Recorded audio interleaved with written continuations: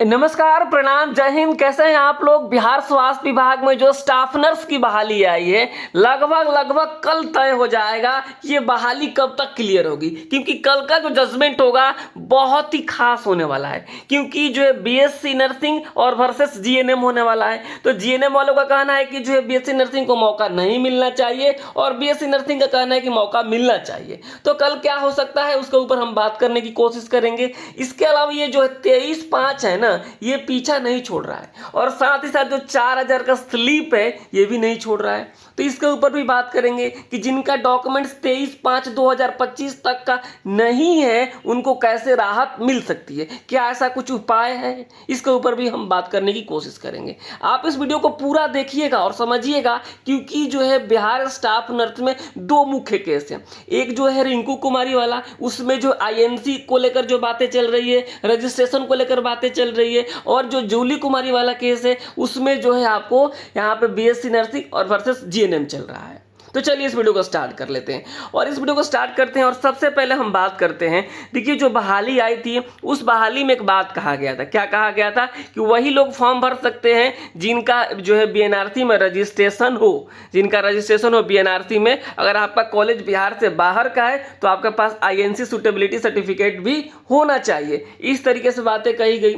इसके बाद से क्या हुआ, इसी को लेकर जो है रिंकू कुमारी के द्वारा जो है पटना हाई कोर्ट में एक केस दायर किया जाता है और उस केस में जो जजमेंट आता है और जजमेंट आने के बाद से सबको राहत दिया जाता है। क्या राहत दिया जाता है कि वे लोग जो है फॉर्म को अप्लाई कर सकते हैं जिनका कॉलेज आईएनसी से सूटेबल नहीं है और साथ ही साथ जिनका बीएनआरसी में रजिस्ट्रेशन नहीं है। इस तरीके से जो है बातें कही जाती है। ये वाला देखिएगा, ठीक है। ये है जो CWJC में ये बातें आती निकल करके। उसके बाद से जो है बीटीएससी जो है डेट को एक्सटेंड करता है, 7/6 से लेकर के 13/6 तक फॉर्म भरने के लिए मौका देता है। और इसी बीच क्या होता है कि बहुत ऐसे लोग थे जिनका सब कुछ सही था, रजिस्ट्रेशन भी था, लेकिन जो है वे फॉर्म अप्लाई नहीं कर पाए थे NCL के चलते, EWS के चलते। तो वे लोग जो है क्या करते हैं, 23/5 के बाद से सर्टिफिकेट बनवाते हैं, या फिर वो फॉर्म भर दिए रहते हैं कैटेगरी में, लेकिन लगता है कि अब तो समय एक्सटेंड हो गया है तो हम नया NCL बनवा ले, नया EWS बनवा ले और जो है फॉर्म भर दें। और इस तरीके से हजारों की संख्या में व्यक्तियों ने फॉर्म भरा है और अच्छे नंबरों से वे पास भी किए हैं, मतलब उनका अच्छा नंबर आ रहा है। तो अब जो है ये जो है पेज फंसा हुआ है कि जिनका भी सर्टिफिकेट 23/5/2025 के पहले का है उनको जो है वैलिड नहीं किया जा सकता है। इस तरीके से बातें इसलिए मैं कह रहा हूं क्योंकि जो नया नोटिस जारी किया गया ना उसमें देखिए एक बात कही गई है। आप लोग थोड़ा ध्यान से देखिएगा जो मैं बातें बता रहा हूं। इसमें कहा गया है कि विज्ञापन की कंडिका पहला का 1 और 2 संशोधन किया गया। तो विज्ञापन का कंडिका 1 और 2 संशोधन कौन सा है इसको समझ लीजिए, ये वाला है, ठीक है। विज्ञापन का कंडिका 1 और 2 ये क्या है, इसमें जो है संशोधन किया गया। पहला संशोधन मतलब इसमें जो है राहत दिया गया है, इसके अलावा किसी भी चीज की राहत की बात नहीं की गई है। उसके बाद दूसरी राहत करी गई है इसके लिए एज को लेकर बस, ठीक है। विज्ञापन संख्या कंडिका जो है यहाँ पे देखिएगा, कंडिका 2 का 1, 4 और 5 में न्यूनतम आयु को जो है 1/8/2024 के स्थान पर 1/8/2025 पढ़ा जाए। बाकी जो सारी जो है जो बाकी सारी जो कंडीशंस है उसको सेम रखा गया है। समझ गए आप लोग। तो ये जो है मामला इसलिए फंसा हुआ है 23/5 को। तो मैं आपको बता देता हूं कि आपको राहत कैसे मिल सकता है। इसके लिए भी जो है आपको मैं बता दूं हाई कोर्ट से ही जो है राहत लेना होगा। तो जो रिंकू कुमारी वाला केस है, ठीक है, उसमें अभी तो डेट आया नहीं है, लेकिन जो है सुने हैं कि जो है जल्दी उसमें डेट आने की संभावना है। तो मैं उन लोगों से अनुरोध करूंगा कि जिनका भी NCL, ध्यान दीजिएगा, अगर आप हमारी बात को यहाँ पे नहीं समझेंगे तो कोई दिक्कत नहीं है, ठीक है, लेकिन आप ध्यान दीजिएगा, ये हो सकता है आपके लिए उपाय। 100% गारंटी नहीं है कि इसमें जो आप सफल हो पाइएगा, लेकिन ये हो सकता है कि जो है NCL और आपने जो निवास या फिर EWS जो बनवाया है 23/5 के पहले, तो जो केस की जब सुनवाई हो रिंकू कुमारी वाला में, तो जो आपके वकील हो उन्हीं वकील के माध्यम से इसमें भी राहत की आप लोग बात कर लीजिएगा। और एक बार जब कोर्ट ऑर्डर दे देगा ना तो समझिए कि सब कुछ ओके है। 23/5 के बाद रजिस्ट्रेशन है तो उसके लिए तो राहत मिला ही मिला है, क्योंकि यहाँ पे कंडिका संख्या मैंने आपको बता दिया, यहाँ पे कंडिका संख्या मैंने आपको बता दिया 1 और 2 में राहत मिला है। तो रजिस्ट्रेशन 23/5 के बाद भी हो तो होना ही है और उसमें राहत मिलेगा, उसमें राहत मिलेगा अभी। लेकिन जो है ये एनसीएल और ईडब्ल्यूएस निवास में आपको बता दूं इसमें राहत नहीं देगा बीटीएससी, जहां तक मुझे लगता है। तो अगर आप लोग रिंकू कुमारी के केस में इस बात को जो अपने वकील के माध्यम से मेंशन करवाते हैं कि हमें जो है हम इंतजार कर रहे थे क्योंकि हमारा कॉलेज आईएनसी से नहीं था, हम कोर्ट के ऑर्डर का इंतजार कर रहे थे, ऑर्डर आया, उसके बाद हमने एनसीएल बनवाया, ईडब्ल्यूएस बनवाया और फॉर्म भरा, तो हमें जो इस चीज में भी छूट दिया जाए। अगर इस बात को अगर पुरजोर तरीके से वहां पे उठाया जाता है हाई कोर्ट में तो जो है हो सकता है कि आपको राहत मिल जाए। ये बात है, गौर करने वाली बात है। तो जो रिंकू कुमारी वाला केस है आप उनसे कांटेक्ट कीजिए और आप लोग जो इस बात को जो वहां पे उठाइए कि हम जो है यहाँ पे इसलिए अपने नए 23/5 तक अपने डॉक्यूमेंट्स नहीं बनवा पाए थे क्योंकि ऐसा लगता था कि इसमें कहा गया है कि जो है रजिस्ट्रेशन होना चाहिए, हमारे पास नहीं था। तो हमने क्या किया कि जो है हम नहीं बनवाया और जब कोर्ट ने राहत दिया तो हम नया एनसीएल, नया निवास, ईडब्ल्यूएस बनवाया और फॉर्म भरे। ये चीज़ें हैं, ये पॉइंट वाली बात हो सकती है। देखिए मैं जो बोल रहा हूँ 100% गारंटी नहीं है कि आप इसमें सफल हो पाएंगे, लेकिन जो है इसमें बहुत हद तक हो सकता है कि आपको राहत मिल जाए। तो इस बात को आप लोग कर लीजिए। नहीं तो मैं आपको बता दूं कि जिस तरीके से बीटीएससी का रूल रेगुलेशन है ना कट ऑफ को लेकर के, वो तो बाहर कर ही देगा। अगर नहीं करता है तो बहुत अच्छी बात है, समझ गए आप लोग। तो ये चीज़ आप लोग कीजिए। ये वाला केस में ये 2 केस चल रहा है, देखिए दोनों केस चल रहा है, 2 केस।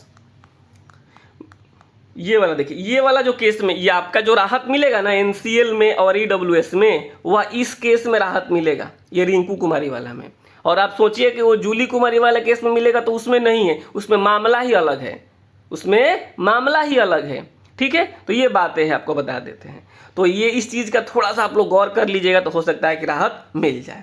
ठीक है, अब देखिए, अब बहुत सारे लोग जो 4000 रिसिप्ट के साथ फॉर्म नहीं भरे होंगे, यहाँ पे देखिएगा बहुत ज़्यादा इनकी तो संख्या नहीं है कि बिना रिसिप्ट के ही फॉर्म भर दिए हैं, अच्छे नंबर आ रहे हैं। ऐसे लोगों की संख्या 20%, अप्रॉक्स 19 से 20% है। ठीक है, तब सोचिए कि 2100 लोग हैं, इनका जो है 20% कितना हो गया, जो है कितना हो गया, यहाँ पे जो है 400 के अप्रॉक्स हो गए। तो इतने जो लोग हैं अच्छे नंबर आ रहे हैं बिना रिसिप्ट के साथ किए हैं, तो इसके लिए भी आप हाई कोर्ट से आपको राहत मिल सकती है, क्योंकि बीटीएससी राहत नहीं देगा इसमें। क्योंकि जो बीटीएससी ने जो है रिसिप्ट के लिए जो कॉलम बनाया था उसमें स्टार बना दिया था, और उस स्टार में आपको जो है अपलोड करना था रिसिप्ट। तो आपने क्या किया है उसके बदले में, रिसिप्ट के बदले आपने किया क्या है यह आप जानते होंगे। तो इसके लिए भी अगर हाई कोर्ट ही आपको राहत दे सकता है, बाकी अब जो है आपकी मर्जी है। लेकिन ये जो है बिल्कुल मैं बता दूं एनसीएल और जो है राहत लेना थोड़ा इससे आसान है कोर्ट में, लेकिन इस पे राहत लेना और मुश्किल है। तो आप लोग जो है क्या कीजिए, इस सारी बिंदुओं को जो है आप कोर्ट में लेके जाइए और जो रिंकू कुमारी वाला केस है उसमें राहत लेने की कोशिश कीजिए, तभी कुछ हो सकता है। ठीक है, और जिनका रिसिप्ट के साथ जिन्होंने फॉर्म भरा है वे बिल्कुल जो है आश्वस्त रहिए। बाकी अपना रजिस्ट्रेशन वाला काम जो है जितना हो सकता है तेजी में आप उसको भी करवाते रहिए। ठीक है, प्रोविजनल वाले भी परेशान मत होइए, सबका होगा, ये सारा चीज़ है। ठीक, अब देखिएगा, अब जो है कल जो सुनवाई होने वाली, इस केस में सुनवाई होने वाली है जूली कुमारी वाला में। किसमें होने वाला है, जूली कुमारी का जो केस है, इस केस में जो है कल सुनवाई होगी और 19 अगस्त के यहाँ पर डेट दिया गया है। अगर कल इस केस में सुनवाई होती है तो जहाँ तक मुझे उम्मीद है कल इसमें जो है जजमेंट को रिजर्व कर लिया जाएगा। जजमेंट को क्या किया जाएगा, रिजर्व किया जाएगा। सेम डे जजमेंट सुनाना बड़ी मुश्किल है, क्या हो जाएगा, रिजर्व हो जाएगा और जजमेंट 3-4 दिनों में आ जाएगा। और जजमेंट में 2 ही चीज़ है, या तो बीएससी नर्सिंग बाहर या फिर तो बीएससी नर्सिंग अंदर। तो अब अंदर का है ही पहले से हो, तो जहाँ तक मुझे लगता है कि हाई कोर्ट जो है हो सकता है इस भर्ती को जो है जल्दी क्लियर कराने के मूड में हो, सरकार भी इस मूड में हो, तो जो है हो सकता है बीएससी नर्सिंग को रख लिया जाए। अगर बाहर किया जाता है तो फिर ये मामला जो है पेचीदा हो जाएगा। अगर इनको रख लिया जाएगा तो हो सकता है कि भर्ती जल्दी क्लियर हो जाए। अब बहुत सारे लोग जीएनएम वाले कमेंट करेंगे कि आप तो बीएससी नर्सिंग की तरफ से बात करें, ऐसा बिल्कुल बात नहीं, ये मेरा अपना मत है। बाकी जो है हाई कोर्ट का जो ऑर्डर आएगा वो सबको मानना होगा, हमको भी मानना होगा, आपको भी मानना होगा, माननीय उच्च न्यायालय का ऑर्डर का सबको सम्मान करना होगा। लेकिन मेरा अपना राय ये है कि हो सकता है कि जो है इसमें बहुत ज़्यादा जो है पेचीदा ना हो और बीएससी नर्सिंग को रख लिया जाए। तो ये बातें हैं, जो भी अपडेट आएगा आप सभी के साथ तो जो है पता चल ही जाएगा। कल आप लोग इंतजार कीजिएगा, ठीक है। तो ये सारा चीज़ है, और इन सारी बिंदुओं के बाद से कल के बाद से जो है थोड़ा सा कट ऑफ में और बदलाव होगा। अगर मान लीजिए कि बीएससी नर्सिंग को बाहर किया जाएगा तो कट ऑफ धड़ाम से नीचे आएगा। मैं आपको बताता हूँ, 45,000 लोग एग्जाम दिए हैं, मात्र 45,000 लोग एग्जाम दिया, आधे से भी कम लोगों ने एग्जाम दिया और उसमें भी आधे से कम लोगों पास हुए हैं। और जो है 1.5 के आसपास जो है इनको बुलाया जाएगा डिग्री के लिए। तो ये सारी चीज़ें हैं ना, कल जो है धीरे धीरे कल स्थिति क्लियर हो जाएगी। और जो है मान लीजिए कल बीएससी नर्सिंग के बाद से जो है अगर उसके बाद आईएनसी को लेकर जो जजमेंट आएगा, फिर आप समझिए कट ऑफ का धीरे धीरे गिरना जो है सिलसिला कम होता चला जाएगा। तो आप लोगों को जो है संभवतः मैं जो बात बोलने की कोशिश कर रहा था आपको समझ में आ गई होगी। ठीक है, कल का जो है डेट होने वाला है, काफ़ी इंपॉर्टेंट होने वाला है जीएनएम वालों के लिए भी और बीएससी नर्सिंग वालों के लिए भी। ठीक है, और जो रिंकू कुमारी वाला केस है उसमें आप लोग एनसीएल के लिए बात कीजिए, ईडब्ल्यूएस के लिए बात कीजिए, क्योंकि देखिएगा आप ईडब्ल्यूएस लगा देते हैं ना तो कट ऑफ कितना कम चला जाता है। आप बिहार एएनएम का भर्ती में देख लीजिए, मतलब बिल्कुल नीचे चला आया, 32 के आसपास आ गया। जो लोग जो है ईबीसी में आते हैं, ईबीसी कैटेगरी में आते हैं और जिन्होंने एनसीएल लगा दिया था ना, 32 नंबर वालों का नौकरी हो गया। ओबीसी वालों का 34-35 नंबर पे नौकरी हो गया, 36 नंबर पे नौकरी हो गया। लेकिन वही जो नहीं लगाए थे, ईबीसी ओबीसी सब एनसीएल वगैरह नहीं लगाए थे, कहाँ चला गया? चला गया उनका 46 नंबर। समझ गए? सोचिए 32 एनसीएल वाला का हो गया और 46 जनरल में चला गया, तो कितना अंतर? 8 और 6 14 नंबर कम होता है जी। 14 नंबर का अंतर बहुत बड़ा अंतर होता है।